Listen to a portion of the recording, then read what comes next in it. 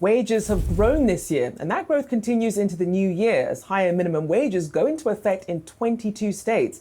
And starting next week, you can boost your contributions to several retirement accounts to build wealth and save on taxes. To tell us what's changing and how we can make it work for us, David Wright, founder and president of Wright Financial Group, and Christine Benz, Morningstar director of personal finance, are joining us this morning. Welcome to you both.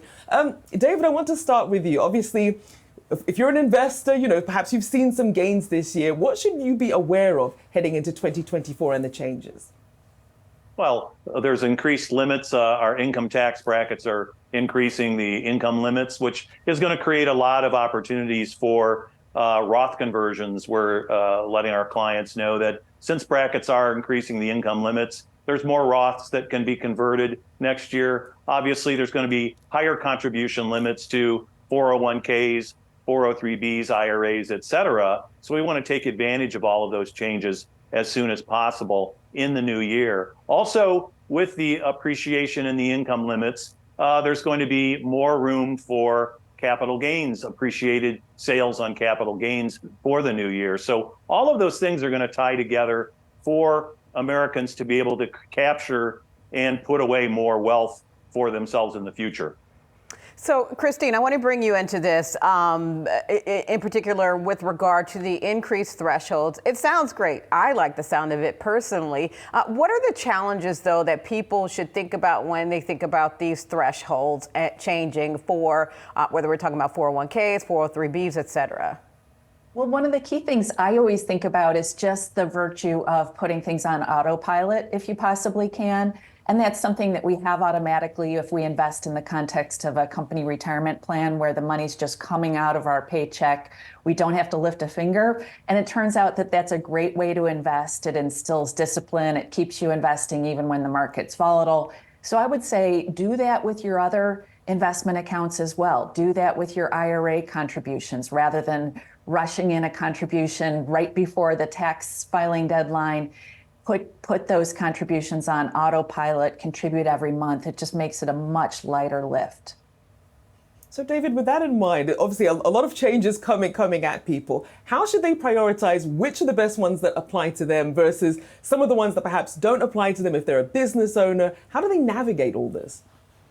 Well, certainly the people that are still working are middle-class Americans and upper middle class. Obviously, the 401k changes. And I absolutely agree with our other panelists here. Payroll deduction is king here, being able to ratchet that up for the new year. But being mindful also that where you are in your life as far as contributing to your 401k, IRA, or 403b is as important as ratcheting up how much you're putting away. Making sure that if you're within 10 years of retirement, understanding what the purpose of the building up of this cash is for. Purpose over performance right now. If you're younger than age 50, perhaps focusing more on performance over purpose, that is growth more than income.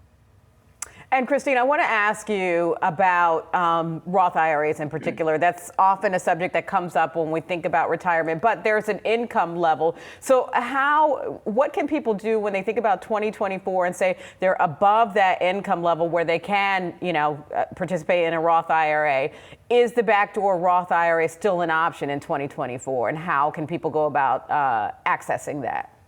It absolutely is. And, it sounds kind of covert and something you shouldn't do, this backdoor Roth IRA. But the basic idea is that if your income is over the thresholds that enable you to make a direct Roth IRA contribution, you can still make what's called a non-deductible traditional IRA contribution and then convert that contribution shortly after you make it and convert it to a Roth, and then you have a Roth IRA. So it's sort of an indirect way for high earners to get money into a Roth IRA account.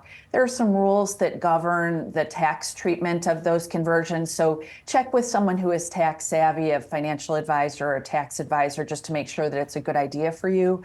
But basically, it does open the door for savers of all income levels to get money into that Roth IRA column, which is a tax-free withdrawal in retirement, doesn't require distributions over age 73. So there's a lot of flexibility that comes along with having those Roth IRA assets in retirement. And Christine, I want to follow up because as we talk about Roth IRAs, of course, the 529 college savings plan, for people who perhaps aren't close to retirement, but they're pouring this money in there, some key changes into what happens to that money if your child doesn't end up going to college or doesn't qualify for some of these traditional educational benefits there. What should we be aware of there and how can people capitalize on it? Yeah, this is a neat provision of some legislation that was called Secure 2.0. And the basic idea is that if you have overfunded a 529 college savings plan, which is kind of rarefied air, most people do not overfund these plans.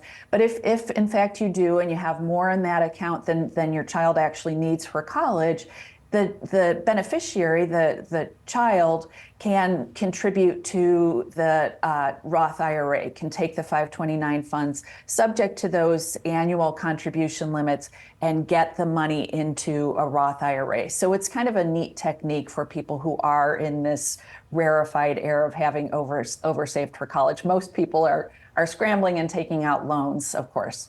And David, I want to give the last word to you just to balance things out, especially when we think about RMDs. One of the concerns this past year with regard to required minimum distributions was the impact of inflation.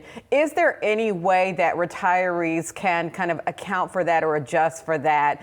Let's say they have to take their RMDs next year or by the end of this year, literally one more day.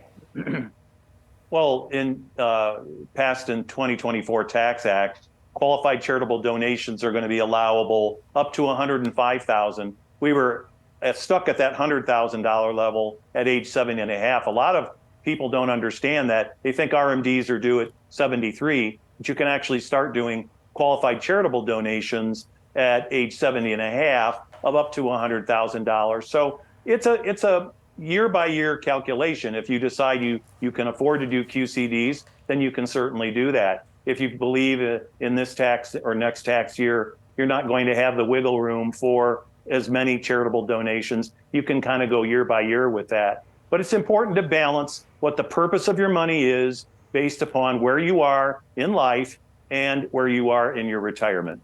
All right, where you are in life and where you are in your retirement. Balance, definitely the key across the board. Thank you both for joining us. David Wright, President, Owner of Wright Financial Group, and Christine Benz, Morningstar Director of Personal Finance Retirement Planning. And Happy New Year to both of you. Happy New Year. Happy New Year.